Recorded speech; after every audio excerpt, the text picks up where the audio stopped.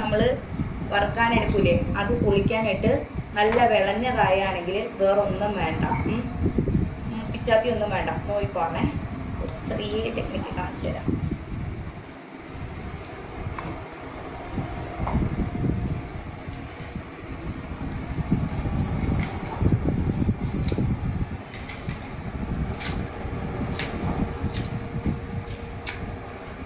പ്രാവശ്യം കുഞ്ഞുണ്ണിക്ക് വേണ്ടി വറുക്കാൻ വാങ്ങിച്ച നല്ല കൊല, നല്ല വിളഞ്ഞ കൊല, നാടൻ കൊല, നല്ല വിളഞ്ഞത്.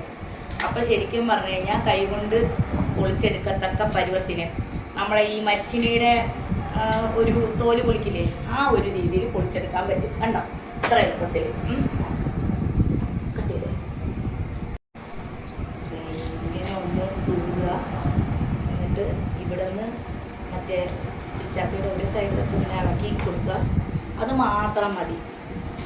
ബാക്കിയൊക്കെ നമുക്ക് നമ്മുടെ ഈ അല്ലാത്ത തൊലി പിടിക്കുന്ന പോലെ ഒഴിച്ച് പോകാവുന്നതേ ഉള്ളൂ. എന്നും പറ്റിപ്പിടിച്ചിരിക്കില്ല. പിന്നെ ഇച്ചിരി ഇടയ്ക്കിടയ്ക്ക് എണ്ണ തേച്ച് കൊടുക്കുക കയ്യിൽ, അപ്പം കറ പിടിക്കില്ല. നമ്മൾ ഈ ഇതിട്ട് കുട്ടനേക്കാളും എളുപ്പത്തിൽ സംഭവം ക്ലീനായിട്ട് കിട്ടും. കണ്ടോ.